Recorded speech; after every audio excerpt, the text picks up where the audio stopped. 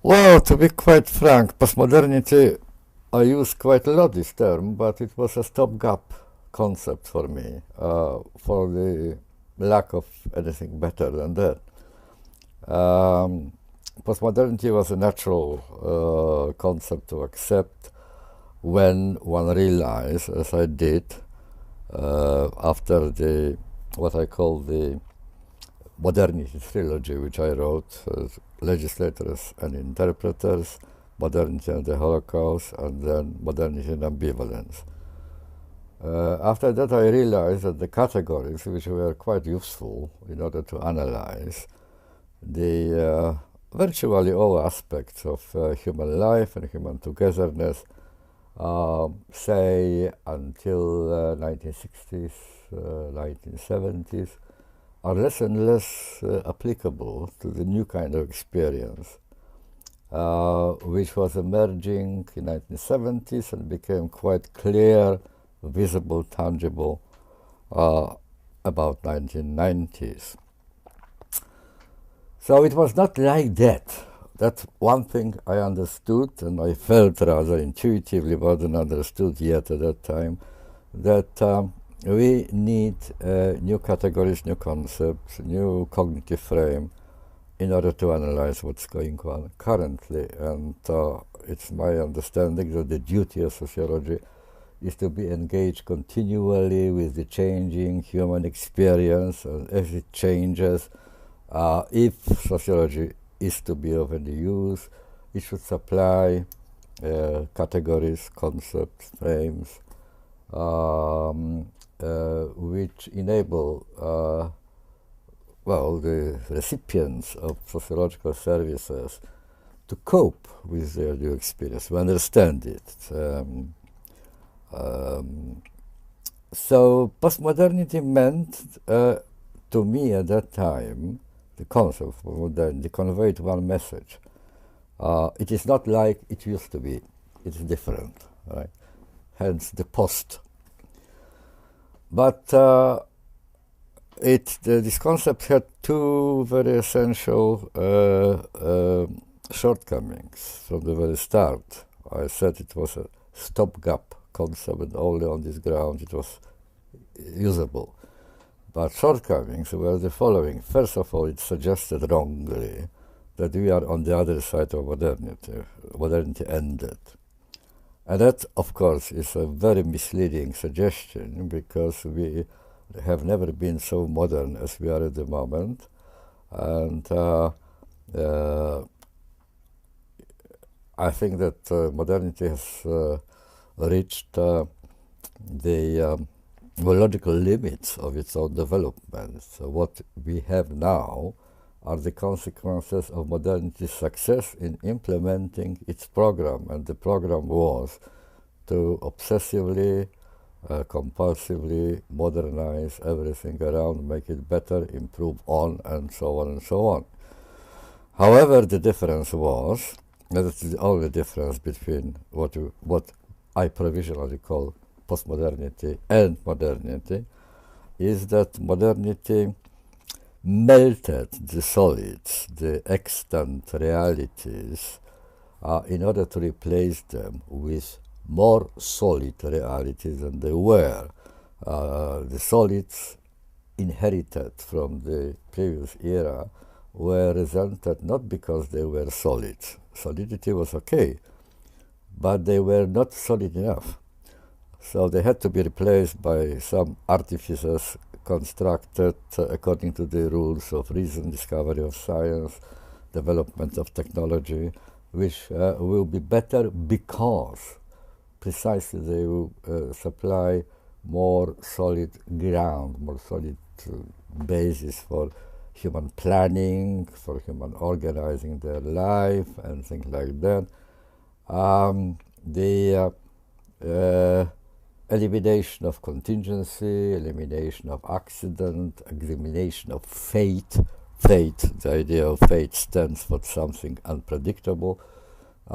Reality, which the modernity was after, was a fully transparent reality, predictable, knowable. You could actually bit by bit arrive to the full knowledge and understanding, and therefore full management of reality. However, in postmodernity, this finishing line disappeared. There is no longer an end point.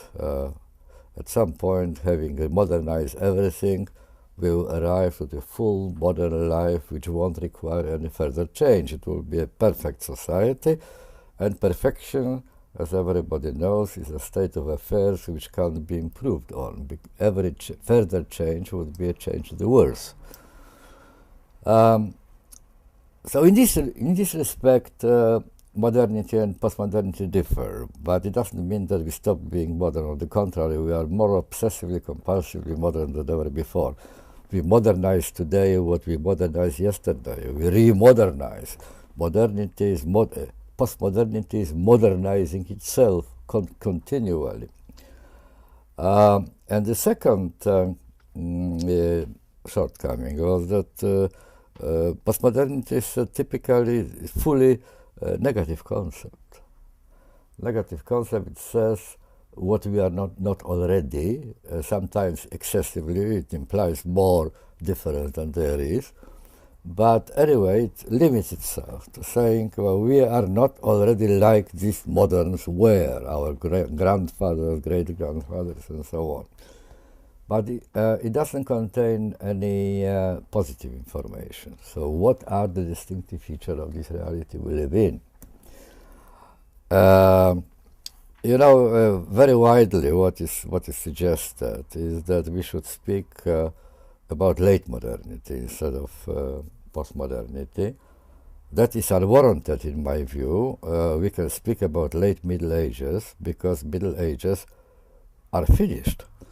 So we know exactly when the late Middle Ages started. But how do we know it about modernity when we are in the midst of it?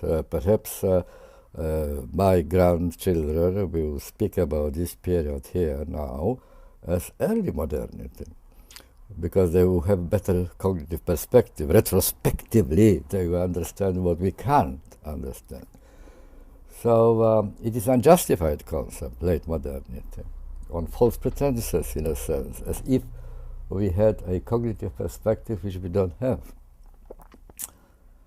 After a lot of struggle, I selected the concept of liquid modernity. For one reason mostly, that if you look into encyclopedia under liquids or fluids, you will find out that these are substances which cannot keep their shape. They are organically incapable of keeping their shape. Even the slightest push to a glass full of water will immediately cause the change of shape. Slightest forces are sufficient in order to do that. And that is, I think, the constitutive defining feature of our reality. This inability to keep shape for long, the inability to feel secure about future shapes, because everyone is given, in our experience, until further notice. It may disappear overnight, unexpectedly, without any warning. And long-term thinking is of to no avail because, it may be belied, our expectation could be belied by, as again, slightest change of terms of the game, rules of the game, and so on. Everything changes. Paradoxically, the individual human bodily fleshy life, which was always bewailed by philosophers as laughably short by comparison with longevity and stability and solidity, majestic solidity of all other realities, collective realities. Now, the individual mortal short human life is the only entity in the whole universe which has, human universe I mean, which has actually growing life expectation.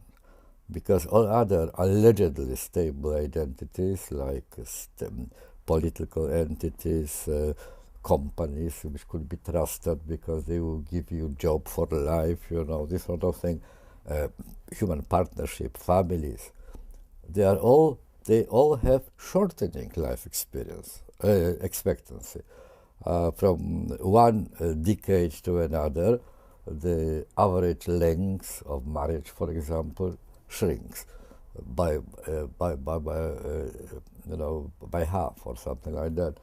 The mergers between companies, the pressure which is exerted on companies to modernize all the time, causes constant change of the labor market. You enter the labor market, you are here, but you don't know what will happen tomorrow. In Silicon Valley, which is, I think, the paradise in the dreams of young, ambitious people. They would like to go there.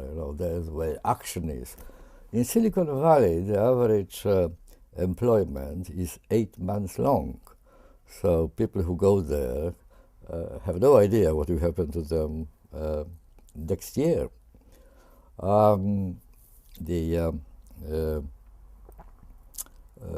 Daniel Cohen, professor of economics in Sorbonne in Paris, pointed out that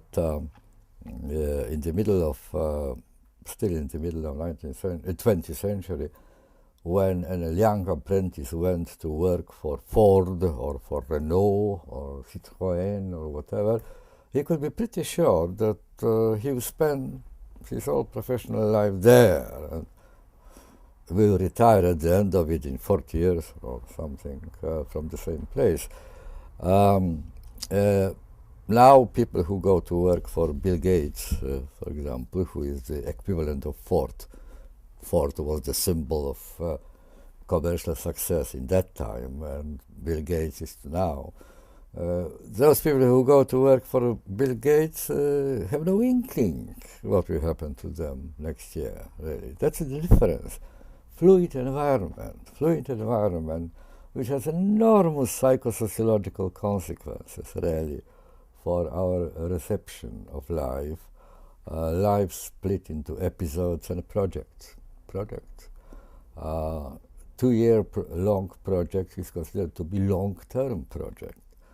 No one thinks in terms of project for life.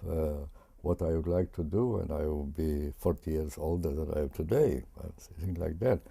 And younger people will probably laugh at me if I suggested that they should now plan for life, because they are pretty happy if they have more or less reliable idea of what they will do for the next year.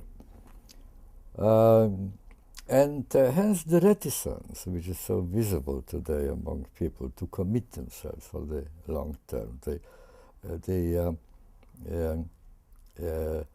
Max Weber, as you remember, spoke about beginnings of modernity. It was guided by, it was motivated by, it was pushed by the idea of delay of gratification. I think the principle today is delay of decision. Delay of commitment. That's the only delay which we accept. Otherwise, we want everything now, immediately, instantly. But the only delay acceptable and actually favored in contemporary culture is delay of commitment. Many examples: young people graduating from the secondary school postpone as long as they can commit themselves to a particular discipline, particular skill. They would like generalized studies, which no options closed, everything possible. Because, quite rightly so, they are rational beings, and they look around and they see that skills in acquisition of which they invested 3 or 4 or 5 years, hoping that they will give them interesting and well remunerated employment, before they actually finish acquiring them, they are already out of market because other skills are required. And another trend is preference to living together to a marriage. Marriage means taking vows, and swearing loyalty for long, till death do us part. But let's try. Let's proceed by the method of trials and errors. If it works, okay. If it doesn't, it doesn't.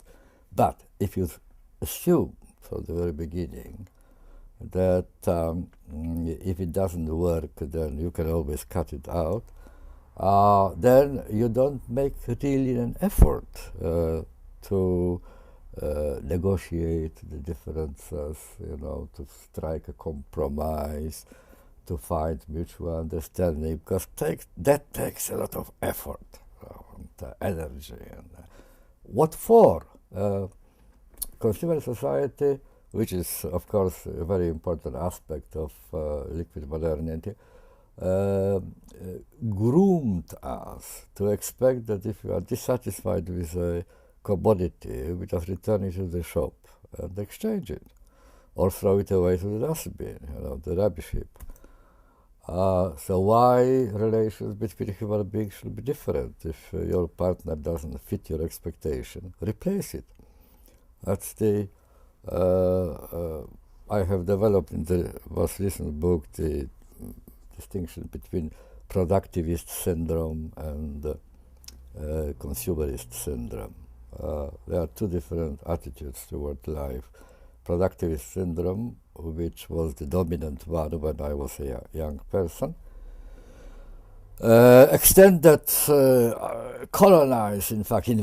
colonized all aspects of human life, also human relations. And the productivist syndrome tells you that if the first attempt to produce a satisfactory product fails, try harder, acquire new skills, make another attempt, sharpen your tools, this sort of thing. But proceed, by all means, proceed. Try again. Consumer syndrome is different. If your mobile is not as good as the neighbor's mobile, you throw it away and replace it. That applies eventually to everything, to your cars, to your computers, to your house, to your partners, to everything around. We are civilization now of spare parts. Throw away the wrong part and put another one. These parts which we replace are black boxes. We have no idea what's inside. We can't repair them. Skills of repairing things are completely lost.